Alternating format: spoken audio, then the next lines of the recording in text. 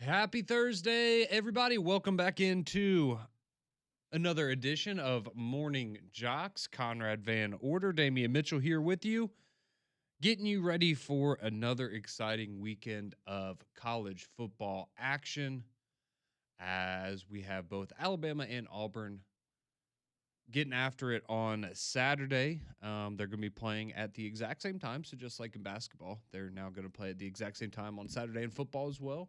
And both of them getting what we will warm-up games before the Iron Bowl, I guess is one way to put the it. nicest way to say it. As Auburn will be taking on Mercer and Alabama will be taking on Eastern Illinois.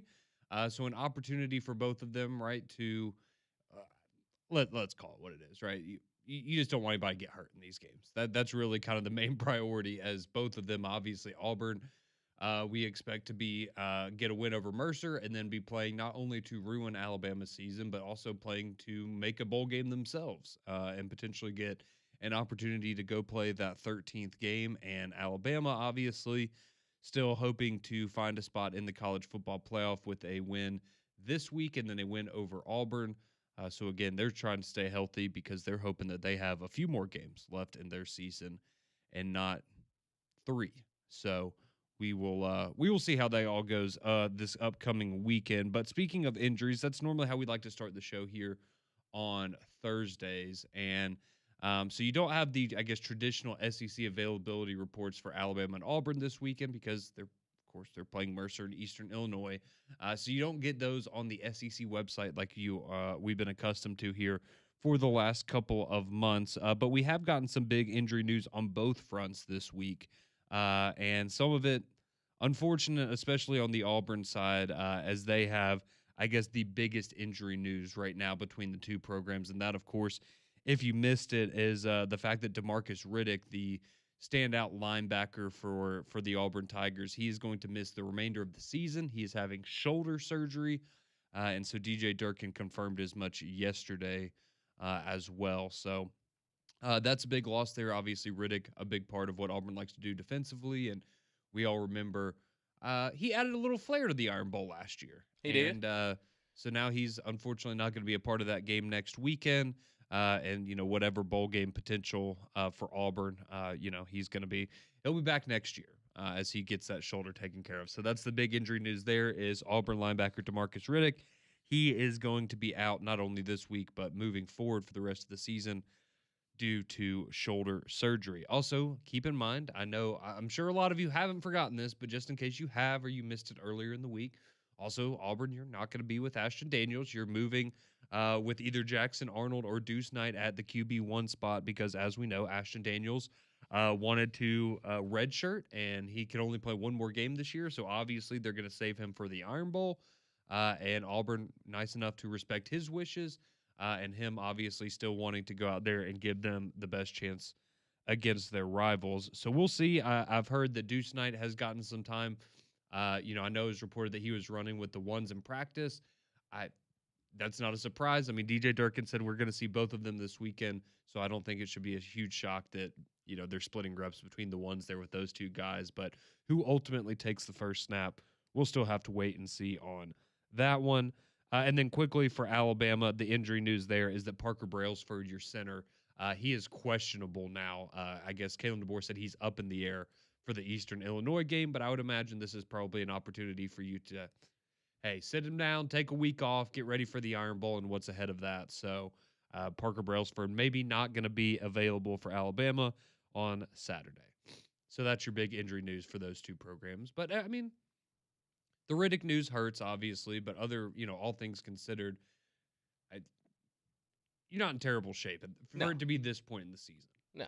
And, with Ashton Daniels, that's a business decision. So we're kind of in that mode of it's not the fact that, because I will say DeMarcus Riddick, it didn't seem like he was playing as much as of late, but you never want your season to end due to injury. That's always a difficult situation to deal with. But as far as health and everything, like you said, you want to come out of this game rather healthy. You don't want to play your starters much more than you necessarily have to. So as long as you handle the games as long as they handle their business everybody should be close to 100% or as close to as 100% as you possibly could be heading into the Iron Bowl, and that's what makes the matchup exciting because we're gonna get the best against the best. Absolutely. So that's the injury news there for Alabama and Auburn heading into the weekend. As again, 2 games coming up here, but we're all obviously getting ready for the Iron Bowl coming up next Saturday. So we did have Alabama and Auburn though on the hardwood last night as we had 2 great basketball games going on. Well, one great basketball game and one that Auburn absolutely dominated. So if you're an Auburn fan, what that qualifies as a great basketball game, I would say. So let's start though with Alabama because they were taking on a top 10 opponent there in Chicago as they were taking on the Illinois Fighting Illini. So they're ranked 8th in the nation. Alabama number 11 heading into this matchup, and Alabama coming off of the loss against Purdue last week, obviously. And this is the 3rd straight top 10 opponent that Alabama has now played because they got the big win over St. John's, then came back home last week, lost to Purdue, and now last night in Chicago, Alabama gets it done 90-86. So, yeah, just again, me and Damian were talking before the show, and look, regardless of who you root for, if you've watched any of the last 3 basketball games for Alabama, again, doesn't matter who you're rooting for or who you want to see win or what. They've just been high quality basketball. Like they've just been March Madness type basketball games in November. It's been really, really cool to see. That's how Auburn and Houston's game was over the weekend as well. But LeBaron Philon, man, he continues to be awesome and prove why him coming back for another year is probably going to benefit him greatly come NBA draft time. But he has 24 points to lead the way for Alabama. He just absolutely took over the game in the final few minutes when Alabama needed somebody to step up. Philon said, yeah, I'll take it. I'll do that. So he was fantastic. He goes 9 of 18 from the floor, 3 of 6 from three-point range, added 5 assists and a couple of rebounds as well. Keaton Bristow, man, I was really impressed with him. He had transferred in from Tarleton State, had been a little banged up, and so he hadn't gotten to play yet this year. But he goes for 19 minutes. He goes 10 points, 8 rebounds last night for Alabama. Made some really clutch free throws late in that game as well. So I really, really liked what he added off the bench. You got Amari Allen, 9 points, 11 rebounds. I've been super impressed with him, too, just as a freshman coming in, and he plays like somebody that's gotten a number of years of experience there. So Alabama, they get an impressive win on the road. Free throws really the killer for Illinois in that game last night. They missed 9 free throws. They shoot 59%. Alabama, they miss only 6 free throws. They shoot 74%. Really felt like that was kind of the difference there for Illinois because, I mean, you look at, three-point shooting was similar. Alabama went 13 of 36. Illinois, 11 of 32. It was just a little bit better shooting night for Alabama, and then those free throws really came back to bite Illinois. So Alabama, they get their second top 10 win in their first 4 games, and another ranked team awaits as they will play Gonzaga on Monday in Las Vegas. This is for the Player Era Festival, which is the fancy NIL tournament that we remember from last year. So Alabama and Auburn both going to be participating. Yep. And, yeah, gotta help out those recruiting budgets by any means necessary. Absolutely. I think this is probably the players' favorite. They might like this more than March Madness, honestly. You might see some diving at the loose balls, might see some effort that you hadn't seen early on this season. But no, going back to Alabama, man, I think LeBaron Philon, well, he went on a 9-0 run by himself there towards the end to kind of wrap things up. And like you said, him coming back, it was going to be, he's a vital piece to what Alabama is going to have as far as success. And the confidence that he plays with, and you saw pieces of it last year, but he could lean on, what Mark Sears and the rest of those guys. But now he's looked at as that go-to guy, and he's playing up to standard, man. He's doing a good job, and I really was impressed last night of just, he is not a freshman anymore. Like that last year was him kind of figuring it all out, and they realized like, hey man, we're going to depend on you. We need you moving forward, and he's done nothing but step up and take that reign this year. I'm excited to see what it looks like as when conference play opens up. But yeah, this the NIL tournament coming up Monday is going to be it's going to be interesting. I think it's going to be fun. We got some great matchups going ahead for us. Yeah, absolutely. And I was thinking what you just said. I had that same thought last night watching these games. I'm just like, man, I can't wait for SEC play to start. It's going to be very fascinating because, I think you've got some teams that maybe haven't shown to be as good as we thought they might be. You know, your Kentuckys and Arkansas, where there's obviously a lot of talent there, but they've had some struggles early on in the season, and that Alabama and Auburn are still chugging along. Tennessee's looked pretty good. Florida, maybe not quite as good as last year, but still good. You know, it's going to be really really fun year of basketball yet again here in the state. But speaking of Auburn, they took care of business handily, we will say, last night as they took down Jackson State in Neville Arena, 112-66. That is a 50, or excuse me, that is a 46-point victory there for the Auburn Tigers last night in Neville Arena. So yeah, just an absolutely fantastic performance from them. I know Stephen Pearl after the game not happy because Auburn only out rebounded them by 30-28. He wasn't happy about that and kind of the lack of physicality in some of those areas. But when you beat a team by 46, I think you'll take it, especially without Keyshawn Hall, who's been, you know, really their best player this year. So he was in a boot last night, so he didn't get to go. But Keyshawn Murphy, he steps up big, 19 points for him, 8 of 11 from the floor last night for Murphy. Elijah Freeman, he goes for 14 points. Kevin Overton, he has 13 points. Another not great game for Tahad Pettiford, unfortunately. He goes 2 of 9 from the floor, 6 points only for him on the night. But how about Simon Walker? 15 points for him last night. Perfect. 5 of 5 from the floor, 5 of 5 from three-point range. He took 5 big ones, made all of them. Bye. That's He's what you want in. right there. Absolutely. He played 7 minutes and he scored 15 points on 5 shots because he made every single one of them. Absolutely incredible there for Auburn last night. So, yeah, I mean, that's what you should do to teams like that. Jackson State, they don't have a win this year. Yeah. So unfortunate, you know, kind of a rough season for them. But Auburn, they now move to 4-1, get a big win at home. And like we were just talking about, they're going to play in the Players Era Tournament on Monday as well. They're going to be taking on the Oregon Ducks. So that will be their first matchup there in Las Vegas. Yeah, but that's right. Yeah. Maybe he will. I was about to say, if the Broncos aren't playing on Monday Night Football, and I don't think they are, he could be there. Right. I mean, you know, Denver to Las Vegas ain't that far of a trip. I was about to say, are they playing the Raiders this weekend for a rivalry match? I'm just saying, this could all work out very well. Let's see what you got going on. I like that, though, the Bo Nix Bowl with money on the line. You know. But here's the thing. I mean, if you're Bo, you can actually, like, donate. Whoever wins, you can donate. That's right. You could. So, yeah, and wouldn't nobody, he would just look at it as a charitable donation to your former school. Well, yeah, both of them are your former schools. Yeah. Maybe so. That's I wouldn't put it past them. No, nothing would surprise me at this point in college basketball. But for Auburn, they do have Oregon coming up, but they're about to go on a stretch similar to what we've seen Alabama. I guess they're still kind of in the midst of it if you're Bama, but on the back end of it. So you're going to play Oregon on Monday in the tournament. Then on Tuesday, you're going to play Michigan, who's a top 10 team in the country right now. We'll get to see our old friend Yaxel Lindeborg from UAB. He had a big night last night. I think he had 25 points for the Wolverines last night. So you're going to play them. Then you're going to play Will Wade and NC State. Then you're going to play Arizona. Then you play Chattanooga. You did get a break there. And then you play Purdue. So 4 of the next 6 games for Auburn are going to be against top 25 opponents, 3 of them against opponents in the top 7 right now. So a tricky stretch coming up here for Stephen Pearl and the Auburn Tigers, and we will see how they navigate it. But speaking of navigating things, there's a lot of coaches trying to navigate their future right now, Damian, and one of them, Jon Sumrall, has been linked to the Auburn job from the very beginning, and his name was in the college football headlines yesterday, Damian, but it wasn't because of the Auburn Tigers. We'll tell you why it was next here on Morning JOX.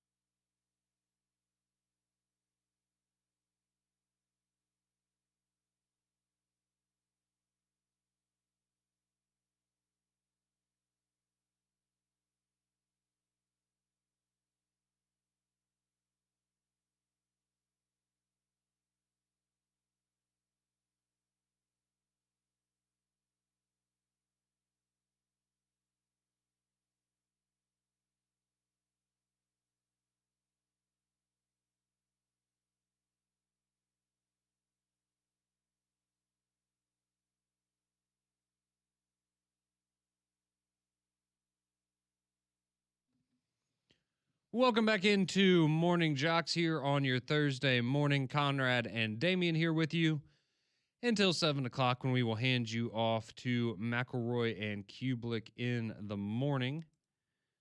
So we appreciate you making us a part of your morning each and every day right here on Jocks as we move on to the college football conversation, because a lot of you still apparently not ready for college basketball, even though it's high quality top 10 college basketball in November on a Wednesday night. But I apologize that we didn't come on and break down the Eastern Illinois tape from their last 11. They're 3-8 in the Ohio Valley Conference. So I know some of you would rather us talk about that. I would not. I do not care. Guess what? Alabama's going to win on Saturday, and Auburn's going to beat Mercer on Saturday. Right. Don't really think we need to break down the games a whole lot more than that, if we're being honest. Can't please everybody, man. No, it is what Can't it please is. everybody. It's just I feel like every time I feel like, man, we've come a long way in this state. People we really appreciate our college basketball here now, and it's like never enough. It is what it is. It's just never enough. It's never enough. But let's get to the coaching carousel. But before we do that, I did want to say thank you to everyone, because we've had it's been an awesome last couple of days for all of us here at JOX, going back to Tuesday at Social Taco, and then yesterday, obviously, we were broadcasting here live on 3-Man Front outside the station, and so many of you came up here, donated canned foods, brought up money for us to go and buy canned foods and then send off and donate, and it really was just awesome the past couple of days, seeing all of you. The generosity of the JOX listeners has been really cool to see, and the impact that we've been able to have on this community. And I mean, some of you coming up here yesterday, not even to, you're coming to hang out and be part of the community, but I mean, you're up here bagging groceries for families, with this is our job, and y'all are just volunteering to come up here and help us, make the process go even faster and be even easier on us. And it's been really, really cool to see. And we all got to have fun. And, a lot of people got to make fun of me in my pilgrim costume and watch me get gravy and stuff dumped on me. And, again, it's all for a great cause. It's been an awesome last couple of days. And we are also taken aback by not the fact that, we're surprised that, our JOX listeners are generous, because we know you are. It's just the amount of people that have come out and in multiple, variety of ways tried to offer their help and do whatever they can to help those in need this holiday season. So I know, Damien, it's been really cool for us to see that the last couple of days, and just wanted to give a big thank you, because yesterday was a big success, and we couldn't do it without all of you out there listening each and every day. So thank you all. Yeah, man, you don't realize the impact you have on people until, situations like that, like yesterday and even on Tuesday, people just coming up and, just saying thank y'all for doing this. And it's like, man, we're giving back. And, for the people that wake up in the morning and listen to us throughout the day and just have fun, entertainment, but also just makes it feel, like we're connected in all this way. And, we're making an impact on somebody, that maybe struggling for Thanksgiving. We just had a government shutdown a couple weeks ago that lasted for a while. So, families are affected in that situation, and it made times tough. And, any way that we can help be a part of the community, it's been awesome. And, it was, like you said, it was fun. It was funny watching you suffer through, eating cranberry sauce, corn on the cob, and a pie. And the gravy, which if you have not seen, go to our YouTube page. It is absolutely hilarious. You just had to be there. But it's all just, it was fun. And like you said, just the listeners to come up and hang out with us and also help us bag. And with the amount of canned goods and food that we brought in it was insane. It really was. And, just the fact that we're going to be making somebody's Thanksgiving, a little bit better than what it could have been. It's awesome, man. It really was. And we thank y'all. We appreciate y'all from the bottom of our hearts, man. It's just the love and just the connectivity that we've had the past couple of days. And we can't say enough. We can't say it enough. Yeah. So we are truly blown away. So grateful for all of you wonderful listeners. And yeah, great job to all of you. Y'all have absolutely knocked it out of the park. And it's been a very special last couple of days. So we wanted to take a moment and thank all of you for that before we get into the college football coaching carousel, because just as we were wrapping up, as the gravy was being dumped on me, actually, just about the exact same time, there was a story that was floated out by, his name is Zach Albalverdi. I'm assuming I Apologize if I'm mispronouncing that. But he is a writer. He covers the Florida Gators for On Three, and he put out a report yesterday. This is at 1:58 yesterday afternoon. He says Florida is set to meet with Tulane head coach Jon Sumrall about the Gators coaching job. All right, that was at 1:58. At 3:30, he then posted a follow-up to that story that said Florida's scheduled meeting with Jon Sumrall has been called off, and Sumrall is removing his name from the mix in the Florida coaching search. So within an hour and a half, we went from, all right, he's going to go kick the tires on Florida. Maybe they're not super confident about Lane, or they're just, they're doing their due diligence, whatever. And then an hour and a half later, you find out, oh, well, they're not. So I'm so curious how did this happen, right? Like, you got like the Zoom meeting thing, and he hit accept. It was like, oh, they're going to have the call. And then he had to email him, say, hey, sorry, I actually didn't mean to accept that. I'm not interested in the Florida job. So I know a lot of people were trying to read into this. I guess it's not a bad sign, right? If you're an Auburn fan, that he's not, again, one less potential suitor. I think that's a good thing if you're, in the boat that wants Jon Sumrall to be the next Auburn head coach. But again, just kind of bizarre that you have this story reported, and within, less than 2 hours, like, there's interest. They're going to have a meeting to didn't have a meeting, no interest. Like, oh, okay. So, who knows? Maybe John Cohen saw the report and made a quick phone call and said, all right, let's get this done. I don't know. I don't know. But that was kind of the reason that Summerall was in the headlines yesterday. And again, I don't know. We can speculate on it all we want. I would just say I don't think it's a bad thing if you're Auburn. No. If you're Florida, it's like, well, wait a minute, brother. Like, hold on. Like, do you not know who we are? Like, what do you mean you ain't gonna take this interview? But Lane Kiffin's interested. Why are you not interested? Yeah, like, come on, man. Like, all we want to do is talk. Like, we ain't trying to do too much. Well, if it did go down that, like, you do wonder if there's a little bit of you. It's like, wait, you're not interested in us? Like, right. Like, you're not interested in us. Right. They're in disbelief. Huh. Yeah. Or maybe, who knows? Maybe John Cohen probably, made a phone call. Like, hey, let me go ahead and tell you, if you accept that Zoom link, we're gonna have a different conversation. we expect another interview right after that. But no, maybe Jon Sumrall's kind of thinking, maybe had practice or something, and it's like, oh man, sorry, I won't be able to make it today. I can't believe I accepted that Zoom call. I'm not gonna be able to make it. Like, maybe y'all can just record it and share it with me and see what y'all see what I can do. But nah, something tells me that a school in Alabama had something to say. We're not doing this. Yeah, I think there's the possibility of that. So that's again, read into that what you want to. I know a lot of people are having fun with that, but that's the facts are, we know that he was going to interview with Florida, and then he ended up not, and he's not interested in that job. So Auburn moves forward. We'll see if he's ultimately the guy for them. And should be an interesting next couple of days as we continue to get into the thick of all of this. But a little bit more on the coaching carousel front. So this one was interesting because this actually goes back over a month now, where a report came out about a sitting SEC head coach potentially kicking the tires or being interested in an NFL opportunity. And it would appear that after comments made yesterday that one Diana Rossini lives rent-free in not only the head of one Damian Mitchell, but also in the head of one Steve Sarkisian, because he felt the need to publicly yesterday declare that he's tired of people reporting or insinuating that he's, considering a move from Texas. It's all false. It's untrue. He's not going anywhere. He's happy to be at Texas. And again, just, he's bringing this up as he's talking, and he's making it seem like he's been Lane Kiffin the last 2 months, right? Like, his name is the one that's circulating in all of these coaching searches and all of these rumor mills.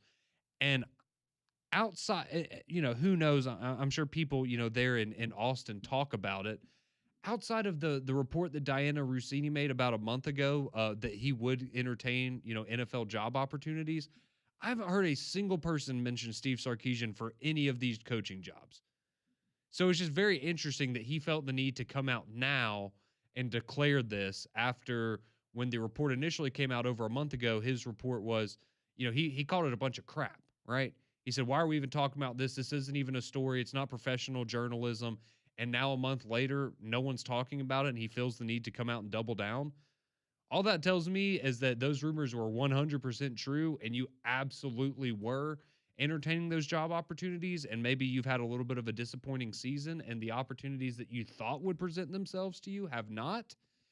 And so now you're trying to save face and make sure you can, make the people there at Texas happy. So I just thought that was a bizarre situation because, I mean, am I missing something, Damien? I don't feel like I've heard a whole lot of Sark speculation outside of, I mean, that 24-hour period after the Rossini story dropped and we all kind of had a fun talk about it. That was it. Yeah, I mean, if he's not going to be the Tennessee Titans head coach, I mean, you stay at Texas. You got it better there.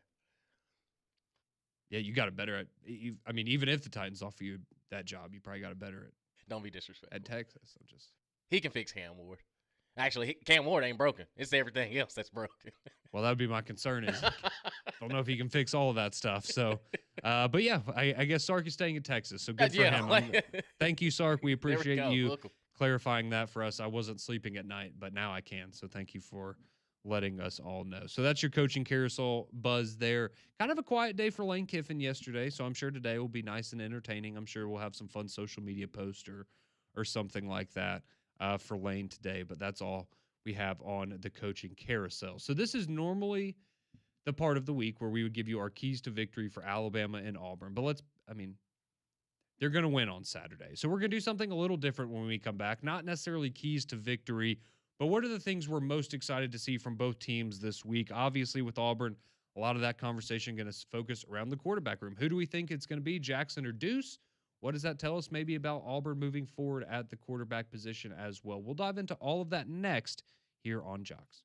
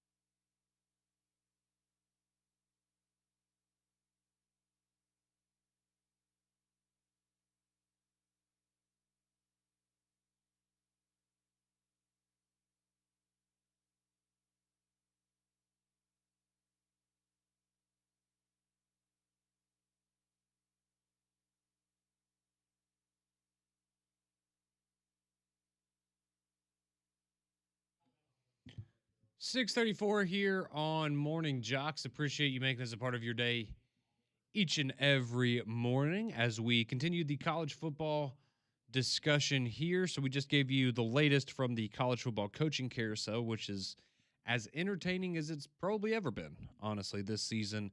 And doesn't seem like that's going to change at any time in the next couple of weeks as some team seasons wrap up, other teams have their playoff fates revealed, and we really start getting busy when it comes to coaching hires and all of the changes that we're going to see this offseason around not only the SEC, but all of college football.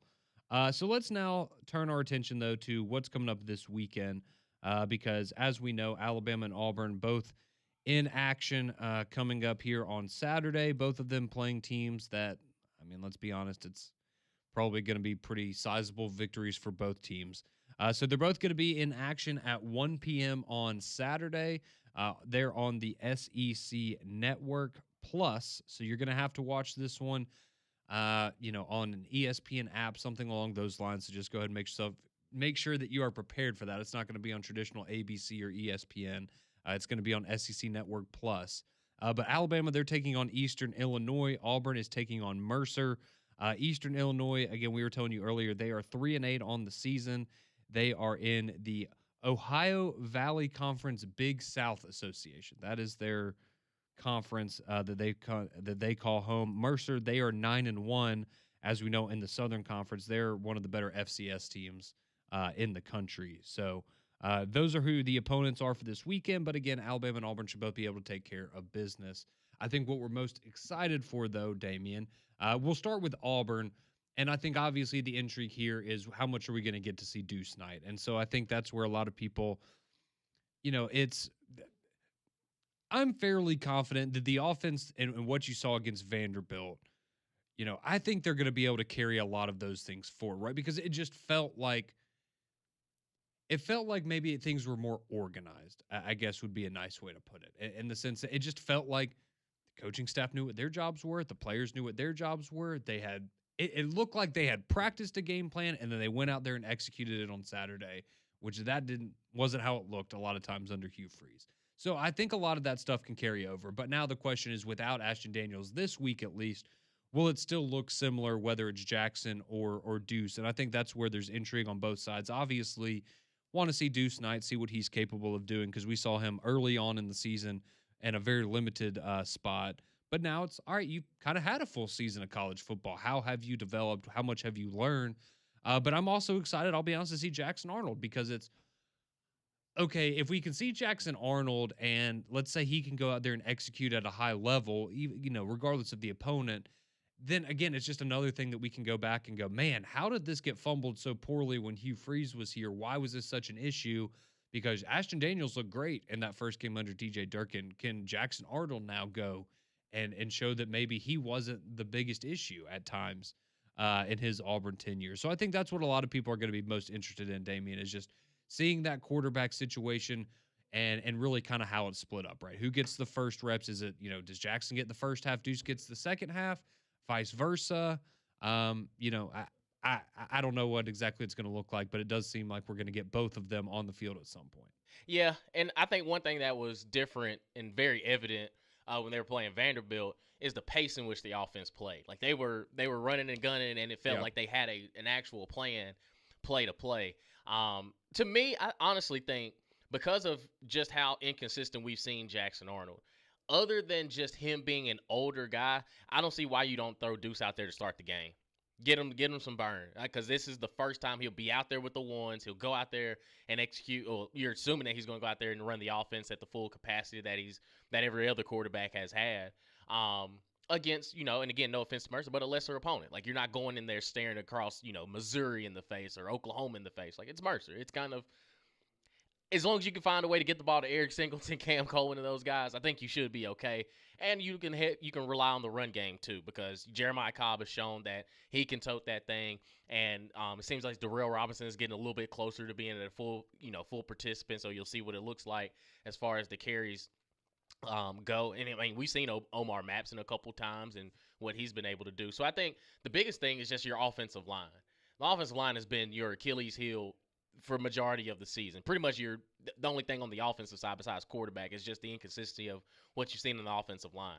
So the earlier you can get everybody in rhythm, and again, Jackson's older, so he should be able. He has an easier time adjusting into like, oh, I got to get into the flow of the game than a freshman would. Kind of feeling like, oh, I need to put on for this is my only opportunity. I need to go out here and do some more. So I think as long as he plays within the offense and just I think him being a freshman, starting it off, looking at it is like, all right, now let's settle in and let's just play ball. And again, the talent, we know it's there. So now it's just, okay, can you execute now that your number is called? And, by the second series, third series, you're starting to get into the groove of just how this game is going to be. And defensively, I've seen Mercer up close. They're good in the SoCon. They're really good in the SoCon amongst the common competition. I don't know if they're ready to take on what is going to happen on the Auburn defense, especially when you got that chip on your shoulder of what your last performance was. The first time you kind of dropped the ball for the first time all season long that has really been carrying.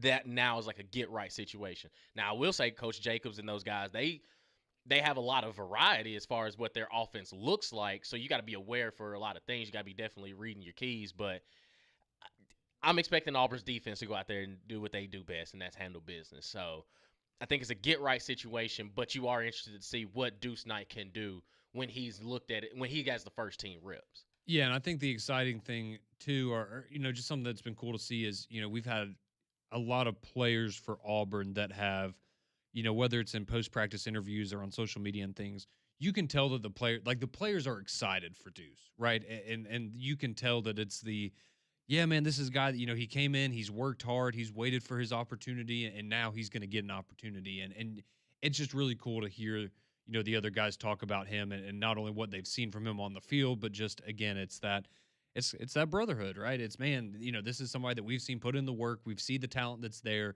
Now let's go let everybody else see it on full display and kind of give him his time to shine. So that's going to be a lot of fun to watch this weekend, as Mercer is going to head down to Jordan-Hare Stadium and take on Auburn 1 o'clock on Saturday. You do also have Alabama. They're taking on Eastern Illinois and Bryant-Denny. I think this one, there's not as much intrigue here because, we know who's going to play. I will say this. I don't think on the defensive side, wouldn't expect Quay Russaw to play. I would think you would be holding him out for Auburn since he didn't play last week against Oklahoma. Give him an extra 2 weeks to get ready for the Iron Bowl and potentially a playoff run. But for Alabama, again, I don't think there's really anything you can go out and show. It's just don't get anybody hurt. You want to be as healthy as possible going into the Iron Bowl. But, I guess my thing is this the game? I would like to see A.K. Deer. That would really be the only thing that I would look at for this game and say that's something that I want to walk away with. Okay, yeah, let's see what the freshman can do at the running back spot, because I think a lot of people last week got frustrated with obviously losing, but all right, we're being told Jam Miller is the starting running back because of his ability to pass protect. He was not good at that against Oklahoma. He was getting blown up. So I think you had a lot of people start to go, all right, so why are we continuing to get nothing against Jam? It's just he hasn't produced at the level that we thought that he would. And so a lot of people are, okay, well, if he's playing because of how good he is in pass pro, but now he's not even doing that, why are we not giving some of these other guys some runs? So I think that's why you've seen Daniel Hill kind of take over. He's kind of been the RB1 and in a lot of ways now. But I do wonder if A.K. Deer is a guy you get, because this is a good time to get him some confidence, right? Not as much of a pressure situation. You can just go out there and play some football. And that's something that I would like to see from Alabama offensively this weekend. And then also I think it's an opportunity to let Ty get that swagger back a little bit, get that timing down. And, sometimes you need to play a team like this and go out there and just whoop somebody and kind of remind yourself, okay, yeah, we're pretty good. And this is what we're like. If we can translate this against Auburn and then potentially against, A&M in the SEC championship game and beyond, then we're going to be all right. It's just reminding yourself what you're capable of a lot of the time. Yeah, I just think the polishness on the offensive side, just collectively. Can Ty hit a couple deep balls? Can he, like you said, it's almost, no disrespect to Eastern Illinois, but it's a slump buster. It's kind of one of the teams that's kind of already down. Let's go ahead and wrap this up. Yep. And also Alabama, you tune things up, getting ready for the Iron Bowl. I think I agree with you 100%. I think Ty Simpson, what he needs to see is a moonshot to Ryan Williams just to get the monkey off their back. I think they continue to give Jeremy Bernard the ball in exotic ways because he is a playmaker. He is that dude. So I think that this collectively on both sides of the ball is a get right situation, and that's no disrespect to Eastern Illinois and Mercer for Auburn. This is looked at as a tune up before the Iron Bowl, which is Yep. the main thing. It's almost like I feel bad for saying it's almost like a preseason game. It's like starters go out there, do what we do. Twos and threes, this is your chance. These are your moments to go out there and shine. And for Alabama, it's senior day. It's the last home game in Bryant-Denny, so you want to send the seniors out right with a comfortable victory. But all in all, you just want to see the polishness on both sides of the ball, make sure everything's good, knock out any wrinkles, because you know what you're in for next week for the Iron Bowl. Absolutely. So that's coming up on Saturday. Alabama and Auburn both in action there. Early afternoon games for both of them on the SEC Network Plus. But we have a lot of you chiming in your thoughts on the college football coaching carousel, as well as some thoughts on both Alabama and Auburn as they gear up for what is set to be the most impactful Iron Bowl of the last couple of years, really the most anticipated, it feels like. So a lot left to come in the next week and a half or so as we get ready for that game. But we want to hear from you, 205-834-9450. We head to the Courtesy GMC text line next here on Morning Jocks.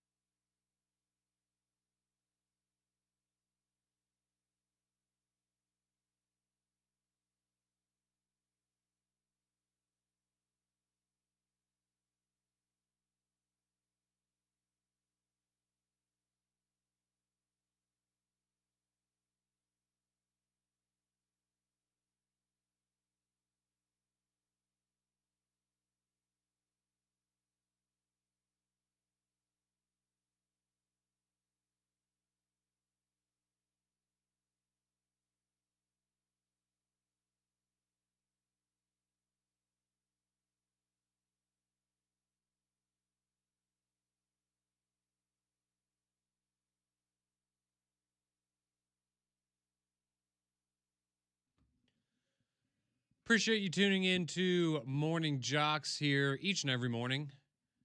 Conrad and Damien here with you for a few more minutes before we hand you off to McElroy and Kubelik in the morning, where they will continue the college football conversation. But we like to hear from y'all each and every morning here on the show, and you can always be a part of things at 205-834-9450. That's on the courtesy GMC text line.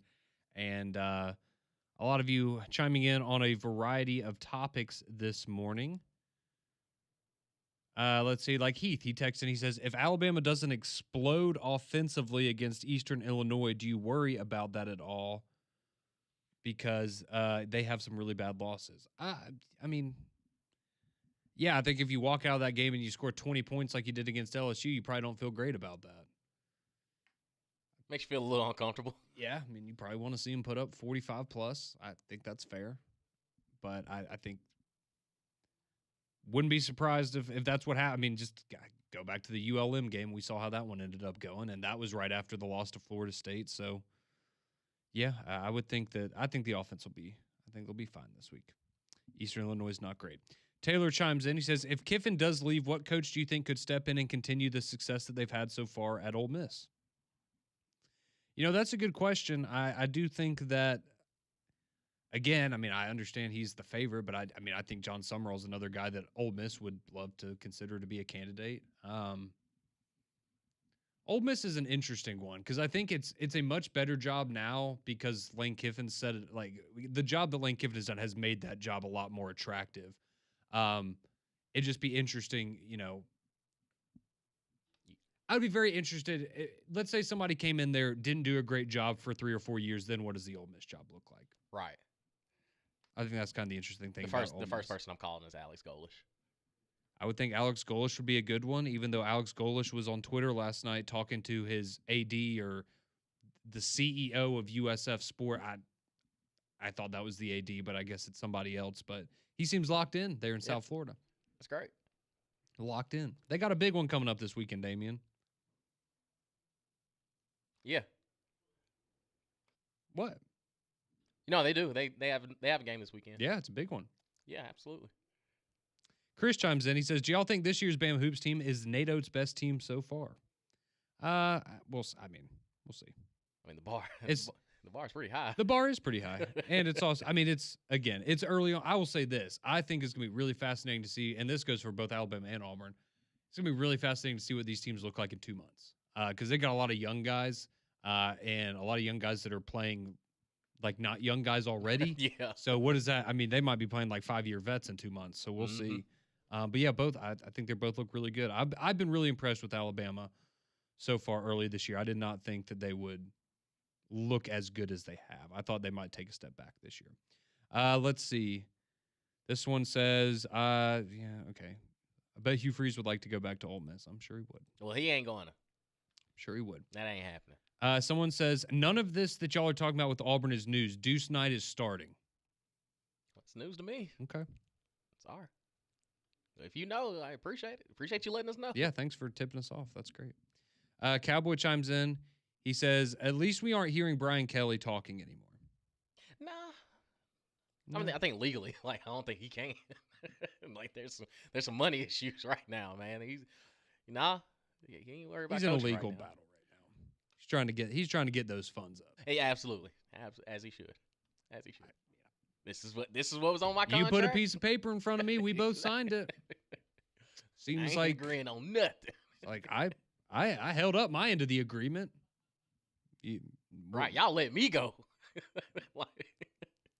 Yep. Let's see. This says, how about Auburn gets the first artificial intelligence head coach running up and down the sidelines? We can name him Pat Jordan, and there's no worries about future buyouts or scandals. That's insane. Maybe that's the future we're headed towards. I'm sure that's what Elon would want if he was making the hire here. Let's see. G is saying LSU told Jon Sumrall he was their backup plan for Lane Kiffin. Okay. Well, appreciate y'all chiming in this morning. We're back tomorrow at 6 a.m. We'll make our picks for the weekend, but Mac and Cube, they're up next.